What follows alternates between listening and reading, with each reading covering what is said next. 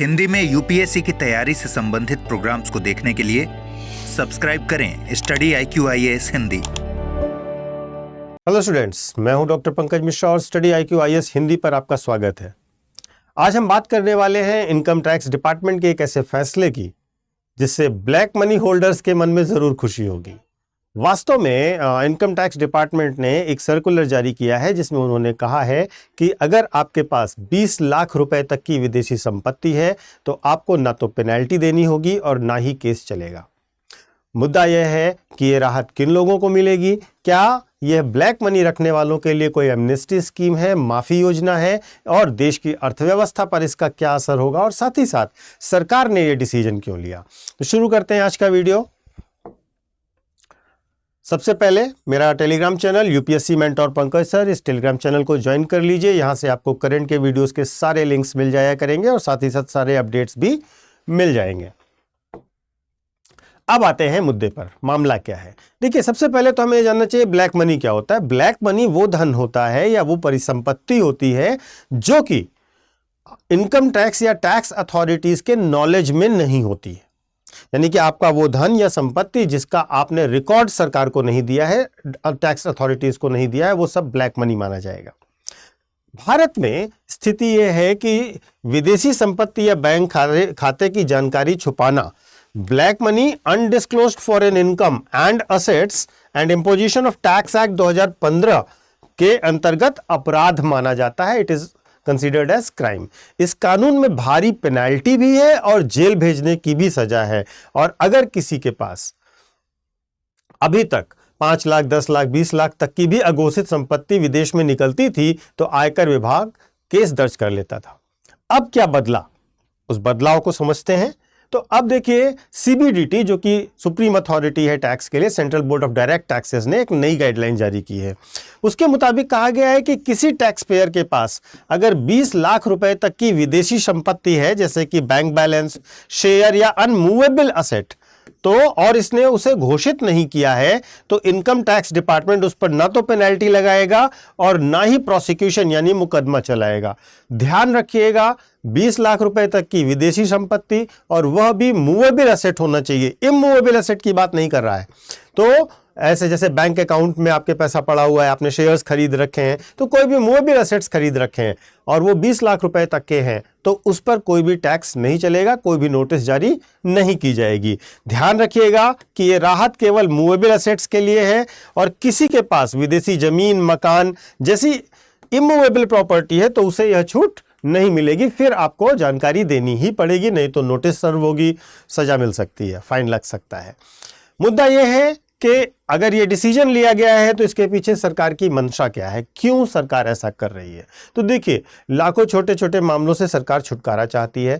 Tax department के पास बहुत सारे छोटे छोटे मामले प्रोसिक्यूशन में लंबित हैं। सरकार चाहती है कि ईज ऑफ बिजनेस रहे और जो बड़े मामले हैं उन पर ज्यादा ध्यान दिया जाए। अगर प्रशासन का ध्यान बड़े मामलों में रहेगा, जैसे 100 करोड़ 200 करोड़ की ब्लैक मनी, तो वो ज्यादा बेहतर और अच्छा काम कर पाएंगे। इसके साथ टैक्स पेयर फ्रेंडली और ईज ऑफ डूइंग बिजनेस के नजरिए से भी अगर हम देखें तो छोटे छोटे टैक्स पेयर्स को बार बार अदालतों, नोटिसों से डराने की आवश्यकता नहीं है। उनके बजाय सरकार भरोसा करती है कि भाई ठीक है, हो सकता है आप भूल गए हो, जमा कर दीजिएगा। तो कुछ इस तरीके से गवर्नमेंट का नजरिया है। लेकिन इसका फायदा किसे होगा?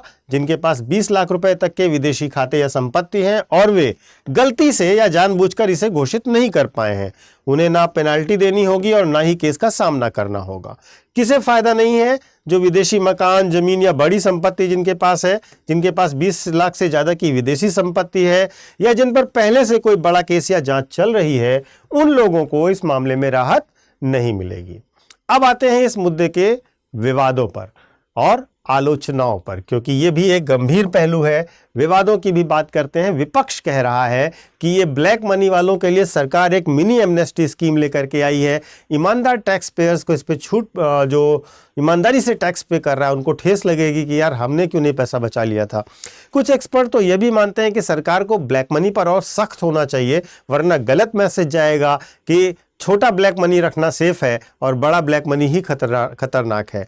और दूसरी तरफ अगर हम देखें तो सरकार के समर्थक क्या कहते हैं कि यह प्रशासनिक बोझ को कम करने के लिए फैसला लिया गया है और सरकार बड़े केसेस पर ज्यादा ध्यान देना चाहती है। इसलिए तो वास्तव में जो हुआ है वो ये हुआ है कि सरकार ने अपने प्रशासनिक बोझ को कम करने के लिए टैक्सेशन के संबंधित मामलों के जो ओवरबर्डन डिपार्टमेंट्स हो गए थे उसको कम करने के लिए एक बार तय किया है कि 20 लाख से ज़्यादा की अगर आपका मूवेबल प्रॉपर्टी है तो, और अगर 20 इमूवेबल प्रॉपर्टी कोई भी है तो आपके ऊपर वो जो सरकार है वो ना तो फाइन लगाएगी ना तो मुकदमा करेगी, आपको एक तरीके से रिलीफ दे देगी।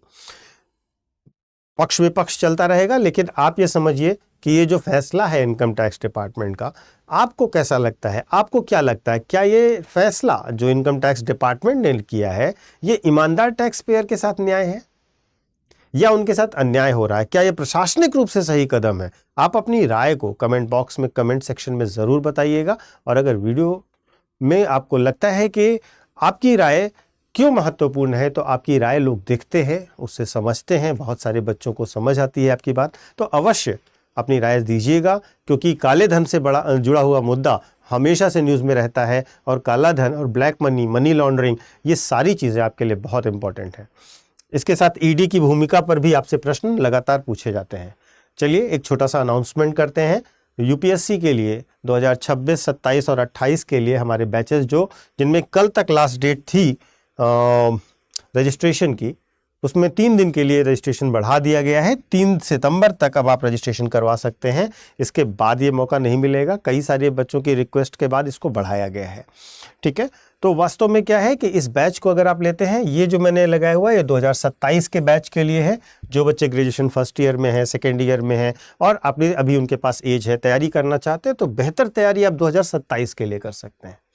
मेरी पर्सनल राय भी यही है कि 2027 को सबसे ज़्यादा प्रेफरेंस दीजिए, क्योंकि उसके लिए आपके पास अच्छा समय भी है, मौका भी है और आप अच्छा कर सकते हैं। इसमें क्या है कि आप हिंदी माध्यम से करना चाहें, इंग्लिश माध्यम से करना चाहें या इंग्लिश माध्यम से करना चाहें, किसी भी माध्यम से हमारे साथ आप इस कोर्स को कर सकते हैं।